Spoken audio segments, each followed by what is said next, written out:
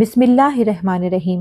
خواتین و حضرات، میں ہوں رابعہ عثمان اور آپ سب کو السلام علیکم۔ آج کی اس ویڈیو میں ہم ذکر کریں گے حضرت ابو بکر صدیق رضی اللہ تعالیٰ عنہ کا ایک معروف واقعہ۔ جب رسول اللہ صلی اللہ علیہ وآلہ وسلم کو اللہ تعالیٰ کی طرف سے ہجرت کا حکم ملا تو کفار مکہ نے آپ صلی اللہ علیہ وآلہ وسلم کو شہید کرنے کی سازش کی۔ چنانچہ اللہ تعالیٰ کے حکم سے آپ صلی اللہ علیہ وآلہ وسلم نے مکہ سے مدینہ کی طرف ہجرت کی۔ اس اہم اور خطرناک موقع پر رسول اللہ صلی اللہ علیہ وآلہ وسلم کے ساتھ صرف ایک ہی شخصیت تھی اور وہ تھے حضرت ابو بکر صدیق رضی اللہ تعالیٰ عنہ۔ رسول اللہ صلی اللہ علیہ وآلہ وسلم اور حضرت ابو بکر صدیق رضی اللہ تعالیٰ عنہ نے ہجرت کے دوران مکہ سے نکل کر سب سے پہلے غار ثور میں 3 دن تک پناہ لی۔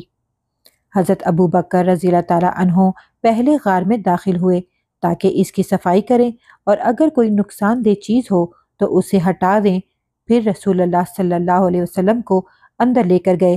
نبی کریم صلی اللہ علیہ وآلہ وسلم اور حضرت ابو بکر صدیق رضی اللہ تعالیٰ عنہ غار ثور میں داخل ہوئے۔ غار میں کچھ سوراخ تھے جن میں کسی موذی جانور کا خطرہ تھا۔ حضرت ابو بکر صدیق رضی اللہ تعالیٰ عنہ نے اپنی چادر پھاڑ کر ان سوراخوں کو بند کر دیا، مگر ایک سوراخ رہ گیا۔ حضرت ابو بکر نے اس سوراخ کو اپنے پاؤں سے بند کر دیا تاکہ کوئی جانور باہر نہ نکلے۔ اس دوران ایک سانپ یا بچھو نے حضرت ابو بکر کے پاؤں میں ڈس لیا، لیکن انہوں نے صبر کیا اور حرکت نہ کی تاکہ نبی کریم صلی اللہ علیہ وآلہ وسلم کی نیند خراب نہ ہو۔ تکلیف اتنی شدید تھی کہ ان کی آنکھوں سے آنسو نکلے اور نبی کریم صلی اللہ علیہ وآلہ وسلم کی مبارک گود پر گرے۔ نبی کریم صلی اللہ علیہ وآلہ وسلم کی آنکھ کھلی تو آپ نے پوچھا، ابو بکر کیا ہوا؟ حضرت ابو بکر نے عرض کیا، یا رسول اللہ، ایک سانپ نے ڈس لیا ہے، لیکن میں نے حرکت نہیں کی کہ آپ کی نیند میں خلل نہ آئے۔ نبی کریم صلی اللہ علیہ وآلہ وسلم نے اپنا لاب دہن ان کے زخم پر لگایا، جس سے وہ فوراً ٹھیک ہو گئے۔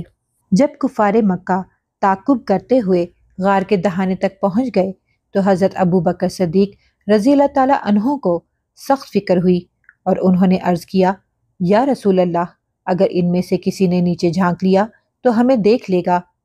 رسول اللہ صلی اللہ علیہ وآلہ وسلم نے بڑے اطمینان سے فرمایا، ابو بکر، تم ان 2 کے بارے میں کیا گمان کرتے ہو جن کے ساتھ تیسرا اللہ ہو؟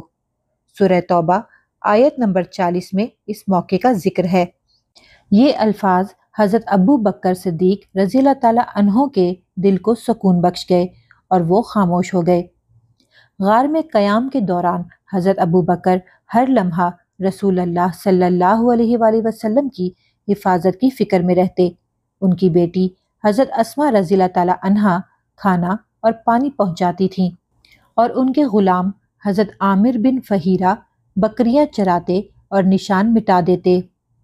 3 دن کے بعد حضرت عبداللہ بن عریقت، ایک غیر مسلم لیکن امانت دار شخص کی رہنمائی میں دونوں مدینہ کی طرف روانہ ہوئے۔ حضرت ابو بکر صدیق رسول اللہ صلی اللہ علیہ وآلہ وسلم پر غیر معمولی اعتماد اور محبت ہر مسلمان کے لیے ایک مثال ہے۔ ان کی وفاداری، ایثار اور قربانی نے انہیں صدیق کا بلند ترین لقب دلایا۔ اللہ تعالیٰ نے قرآن مجید میں ان کا ذکر محفوظ فرمایا، جو ان کی عظمت کی سب سے بڑی دلیل ہے۔ ناظرین، اسی امید کے ساتھ اجازت دیں کہ آپ کو ہماری ویڈیو پسند آئی ہوگی۔ ملتے ہیں بہت جلد ایک نئی تاریخی، تحقیقی اور معلوماتی ویڈیو کے ساتھ۔ دیکھتے رہیں رابعہ عثمان اسلامک ٹاکس۔ اللہ رب العزت آپ کا حامی و ناصر ہو۔